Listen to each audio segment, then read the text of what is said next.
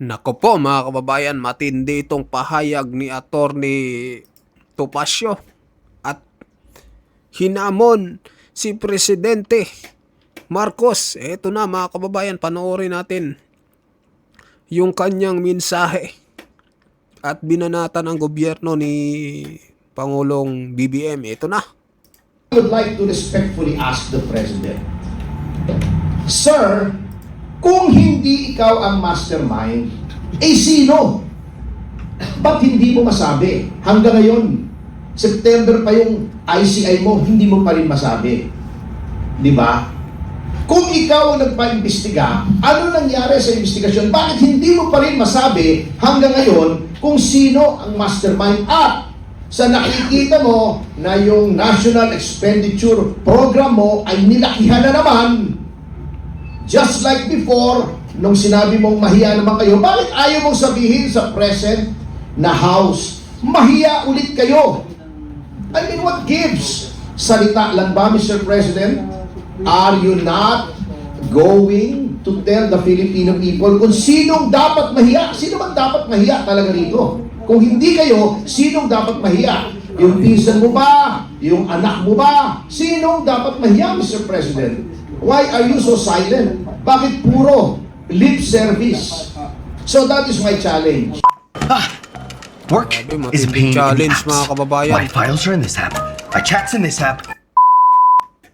Ayan yung Sabi niya challenge ni kanina Attorney na Topacio. i-mention niya yung sino ang may pinakamalaking insertions and what could be the relevance nitong insertion na to politically but also sa galawan na nangyayari sa gobyerno natin. So, Attorney Topacio, can you answer that?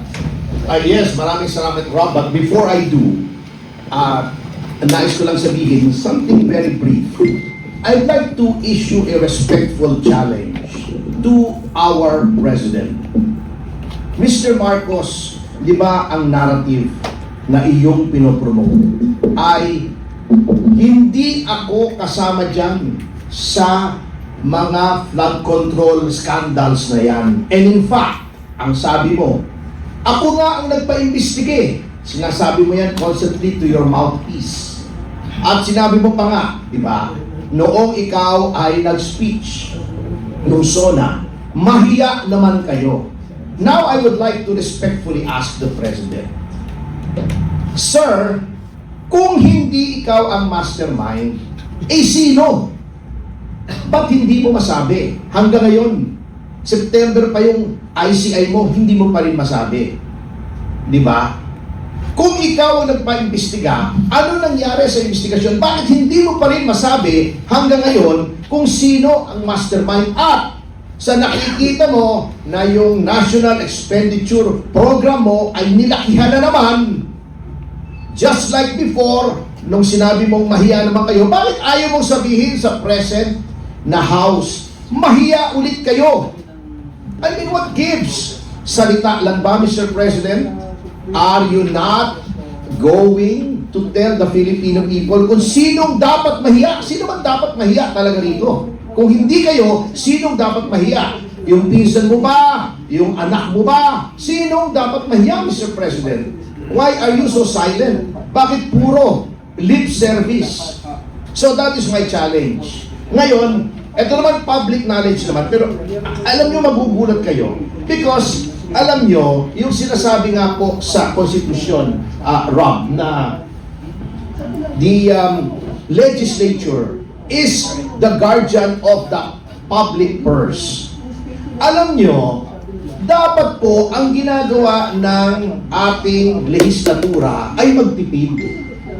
Kung merong wish list ang presidente under the National Expenditure Program, siguro dagdagan mo ng konti, bawasan mo ng konti, but for you to double or treble yung hinihingi ng presidente, there's something wrong. Bakit sa halip na pangalagaan mo yung pondo, tipirin mo, nilalakihan mo pa?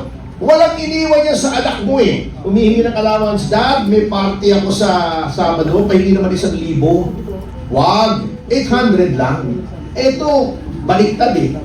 Paano matututo ng fiscal responsibility? Dad, pahingi ng 1,000, gawin natin 3,000. Saan mo lalagay yung 2,000? Yun ang nagtataka ako. Kita nyo, eto ha. Eto na naman walang pagbabago mga kasama. Tignan ninyo ha. Kaya sinasabi ko yung speaker, same, different dog, same collar. Eto, umpisahan natin. Yung iba halimbawa si Roman Antonio, ang insertion siya, hundreds of millions. Okay? Kunin na lang natin yung first 5 para hindi kayo maboard. Ang number 5 sa dami ng insertions ay si Nabota City Lone District Representative Toby Tiangco. Ang hiniling lamang sa NEP para sa NCR niya, yung kanyang distrito, ay 2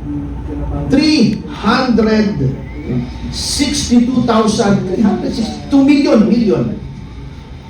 Ang in-insert niya ay 754,000. Doble. 754 million. Million, 754 million. For a total of 1.116 billion pesos. Mas malaki pa yung insertion kesa sa nakalagay sa NEP. Pagdating naman sa Eastern Samar, Christopher Gonzales, 2.7 ang million, 2.7 billion ang hiningi sa NEP. Nag-insert siya ng almost 900 million for a total of 3.6 billion. Eto na. Eto, the Swansing Sisters. Yung paborito, yung crush ni Congressman Jim Yung Paras. pinakamagandang congresswoman sa House. Hindi, magkapatid ito. Iba pa yung si Micaela. Yung Bella, Bella. medyo improved version. Hindi ko kilala kasi. Oo. Hindi masyadong vampiric yung mukha. Kita nyo ha, 2.3 ang hiningi sa NEP, in-insert is 1.5 for a total of 3.8. Almost 3.9 kung rounded off. Yung kapatid niya, na chairman ngayon, ano?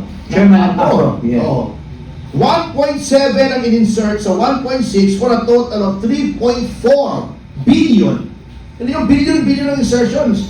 Yung magkapatid, ang total insertions ay 3.2 billion yung magkapatid. And yung ating speaker na akala natin mag-improve from Mr. Romualdez ay ang hiningi lang sa DPWH na sa NEP ay 1.1 billion.